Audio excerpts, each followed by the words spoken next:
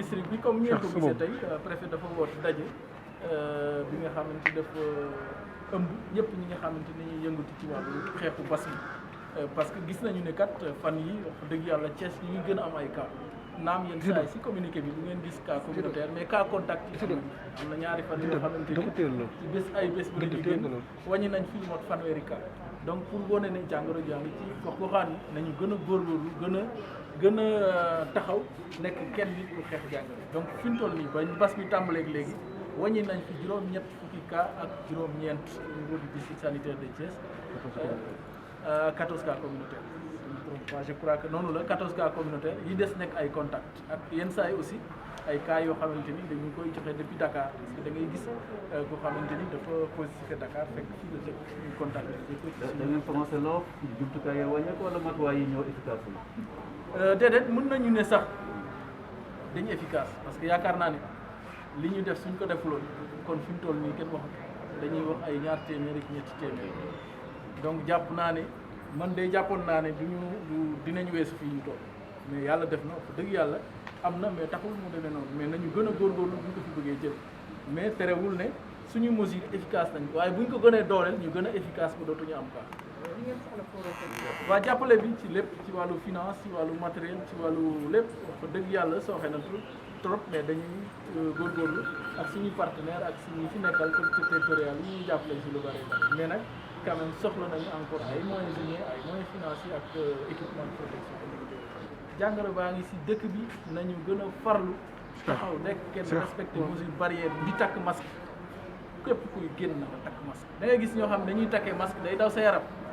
masque dafa war a muur sa bakkan sa gémmiñ booy wax bu ko dindi loolu mooy njëriñu masque bi ñu respecté distance sociale bi wala distance physique boo demee ci barab yi nga xamante ni foofu la nit ñi daje da ngay xaw a yéem nit ñi day mel ni dañuy bàyyi ni respect distance physique boobu loolu dafa am solo trop te ñu moytu dox bi nga xamante ni amul njëriñ bu fekkente ni amuloo soxla ci biti toogal sa kër ñu moytu rassemblement yi respecté distance physique yi di takk masque yi di faral di raxas régulièrement mesures yooyu daal ñoom ñoo am te ñoom rek ñoo efficace ci àdduna bi yëpp ay jàngat yu leer nañ ñi wane nañ ne loolu bu ko askan jàppoo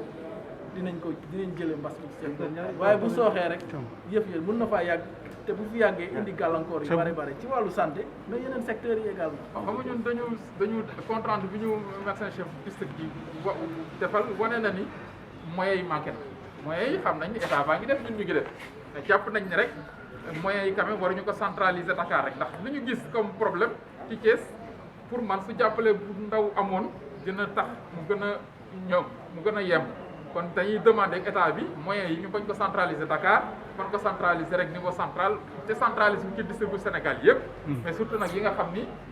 xam nañu maladie baa ngi fay gën a law surtout Thiès ak yenn ak ay département nu Mbour ak yooyu. je pense que loolu c'est important donc loolu dañ koy demander et loolu depuis le début de la pandémie loolu la ñuy presque constater donc ñoom on souhaiterait quand même que le préfet soit notre interprète auprès du niveau central. donc du ministre de l'Intérieur et du ministre de la Santé, pour que les moyens mobilisés dans le cadre de la lutte contre la Covid-19 soient décentralisés au niveau des districts. Donc je pense que Thiès en a besoin. La situation est compliquée à Thiès. Nous avons vraiment les maires de la ville, les maires de commune, pour naturellement one préfet sur Tahawaï qui est mais également engagement pour accompagner le comité départemental. Qui nous naturellement, nous avons comme engagement de renouveler. Moi, nous, au niveau du conseil départemental, nous avons 25 millions aussi éducation, on a 45 millions qui prévoient sur le budget investissement pour la santé. Donc, on a préfet, nous avons avec le médecin chef de région, avec les 3 districts du département, nous avons une réunion pour voir comment répartir les xaalis boobu ak fu ne lañ lay jëndal ci matériel de protection. loolu defe naa ni ñoom ñëpp déploré nañ manque de matériel boobu en tout cas conseil départemental dinañ ci def ay jéego dugal ci loxoom bu baax comme ni ñu ko defoon comme mbas mi tàmbali. président de la république dafa génn mu def déclaration boobu kenn ku ne xam ne avant mu koy def dafa déggu ak ñi nga xam ne ñoom ñooy saytu mbas mi maanaam les techniciens de la santé biñ ko xamalee ni ko ah mbas mi de mi ngi fi te jógee gu fi te bu fekkee ni mi ngi fi jógee gu fi ñu continuer mesures yi nga xam ni nii lañ ko jëlee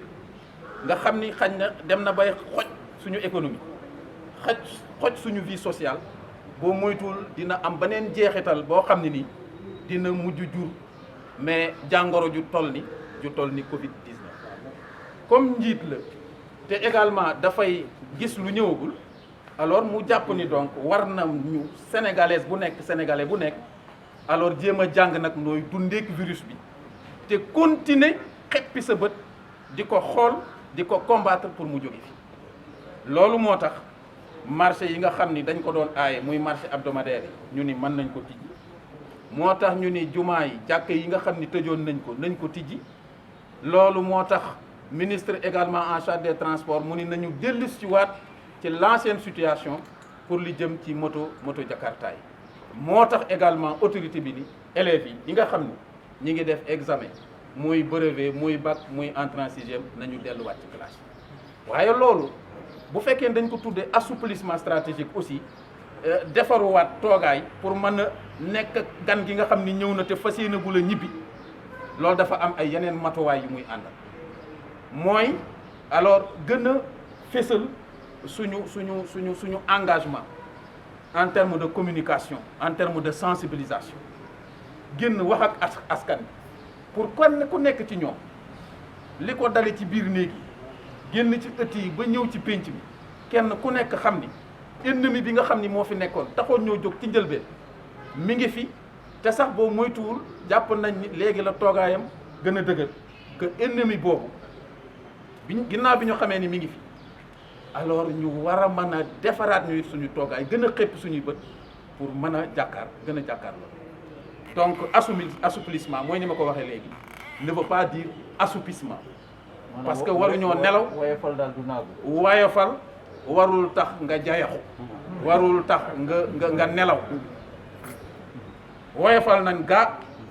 ci dem bi dikk bi marché yi jumaa yi jàkka yi waaye tey la farlu war a gën a am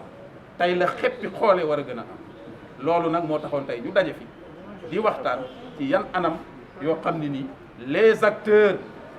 n'est-ce pas de la vie territoriale